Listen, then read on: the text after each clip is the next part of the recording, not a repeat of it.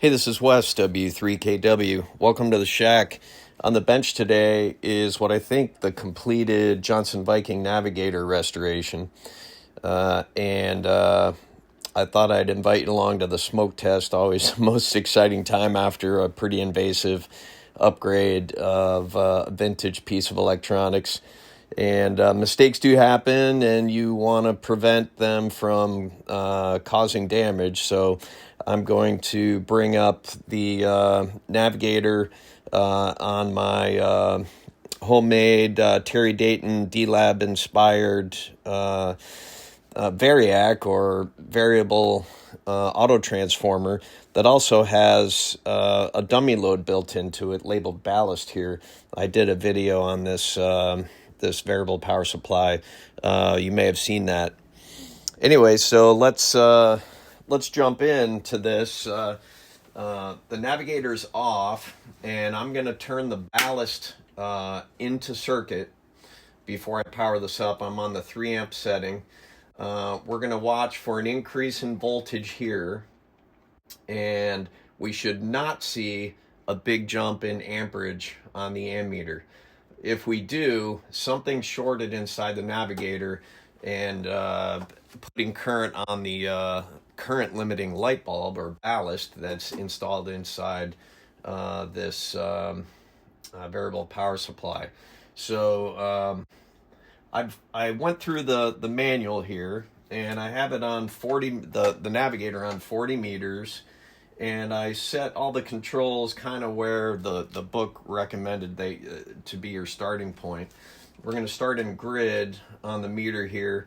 We'll end up in tune eventually, but first we're going to go to standby. Now the power's off, and this is all the way down, and we're going to go to standby here. Okay, and all right, ballast is on. We'll turn the power on. We're in the 3 amp setting again. And I'm going to start increasing the voltage. We're going to ensure that we don't see a huge jump in amperage. Now, we are protected here by circuit breakers and by the ballast. But if we see the amperage take off, then we know there's a short somewhere. And now, to make sure that the AC section wasn't presenting a problem, I did take a ohm meter and measure across here, make sure it's not a dead short. There is resistance there.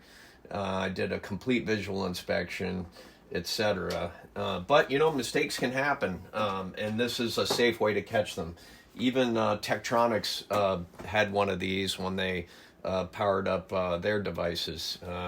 Complex builds can make for mistakes, so we need to prevent those from causing damage. Anyway, so let's turn the power on. We're in standby. We're going to be looking, there is backlighting here, and we're looking for a green light here.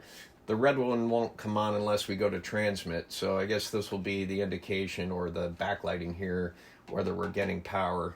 And again, we're going to watch the AC voltmeter and make sure we don't see a giant jump on amperage. Which even if it did go up a little bit, the ballast bulb would protect us. So here we go. Ballast, power, standby. We would probably already see a huge jump here. So I think we're not seeing any major short here. We're up to 30 volts. Nothing going on here really. There's starting to see some movement here. There's 50 volts. Just barely seeing some.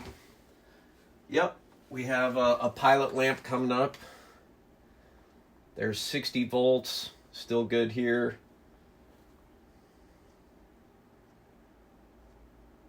There's 90 volts, and the light's getting brighter. And I'm going to go all the way to 120 volts. We got a nice pilot lamp and just about a half amp of draw right here. So that looks good. So I'm not hearing anything. I'm not seeing any smoke. I think we're okay. I'm going to take the voltage all the way back to 0, take the ballast out of circuit, and watch the meter again as I bring up the voltage sans ballast. Seems to be okay.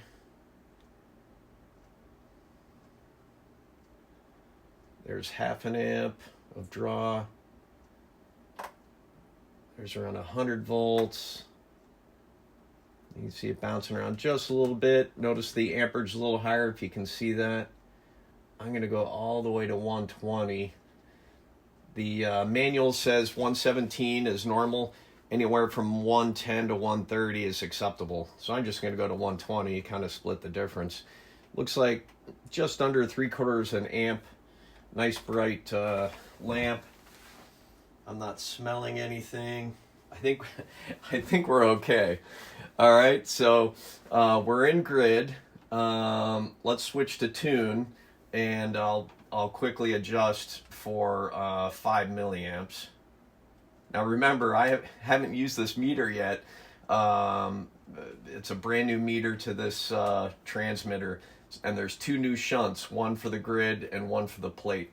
So first we need to know if even the meter polarity is correct, because this is opposite from a typical meter that might be mounted up. Oh, little high. Oh, and okay, so you adjust the exciter. I got 5 milliamps, and I'm actually, I don't know if you can see this, but we are getting oscillation. Wow, that's close. I just set that by eye.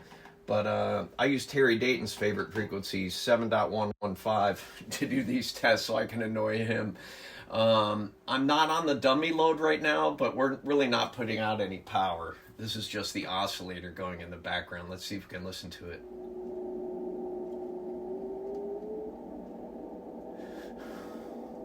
Oh, I got it pretty close. 14,950. Let's see if the BFO works. It does. Let me set this at 115 exactly. Oh, it's nice and smooth. Now it'll probably drift until the unit warms up, but current draw looks normal, just about 3/4, and the grid looks good in tune. So this is really looking good. Let's switch to standby, switch to plate, and okay, let's watch this carefully while I go to transmit. Okay, no change. We'll go to 0, and I'll quickly turn it off if we see an issue. Okay, we're drawing just a little over an amp. The frequency did come down a little bit. Now we're not hooked up to an antenna. We're going directly into a dummy load. Ooh, nice.